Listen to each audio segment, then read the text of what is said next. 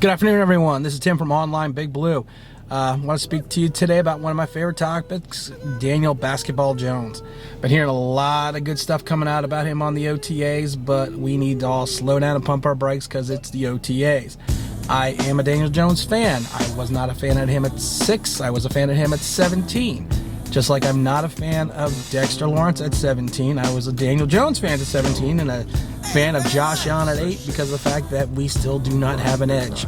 I know we picked up the kid from Old Dominion. We're hoping that Lorenzo Carter comes up big, and well, BJ Hill, he should get a nice push from the inside, but we're looking at maybe 5.5, 6 sacks from him as well. So, but let's get back to Daniel Jones. Yeah, he looks great in, shorts and pads. I mean, heck, I may even look great in shorts and pads.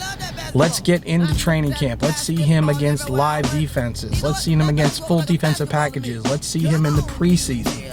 Let's give him a chance to grow. I mean, yes, I'm hoping that we have Eli 2.0. We don't know. I mean, going back to 2004, we all knew or kind of knew what we had with Eli, but of course we had Kurt Warner, and I'm hoping that we don't have a 2004 situation. I'm hoping that we go 10-6, 11-5, and make the playoffs. Not that I don't want to see Daniel Jones play, but I don't want to see a 1-8, 3-7 season, and then have Jones in for the rest of the games. Yes, he does need game experience, but let's try to win. I mean, I'm not seeing us make the playoffs this year. Maybe 7-9, 8-8, 9-7 if we get lucky, but you never know. It is the NFL.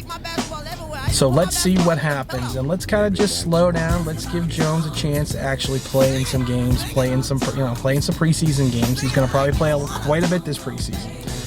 I know a lot of people were more of a fan of Haskins. I was never a Haskins fan. I thought that everyone talked about his 50 touchdown passes. Well, let's talk about Jones's 38 drops over at Duke. I mean, let's take Jones and put him with the Ohio State talent, and let's put Haskins over at Duke.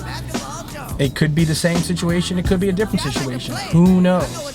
There is scuttlebutt out of Washington right now that Haskins is the wild card. I'm not sure what that means, but maybe they're just trying to have him working his way up the depth chart and not just hand him the starting job. I was never a big Haskins fan. Like I said, I thought that he was a little too statuesque in the pocket. I thought that he lollipopped his deep passes. If you watched his pro day, and if you watch him at the combine, most of his receivers are running under his passes, especially on the deep ball. If you look at Kyle Murray hit his wide receivers in stride on the deep passes, and that's what you want. You cannot lollipop your passes over at MetLife because then you're INT Central.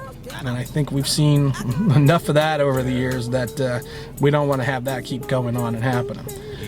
So let's see what happens with Jones. I hope that he progresses the way that he should. I hope that he becomes the quarterback that we all think he can be. And let's just kind of go from there. But let's just wait and see how training camp works out before we start praising him or we start destroying him. So this is Tim Daniels of Online Big Blue. If you like what you see, please hit the subscribe button below. Thank you.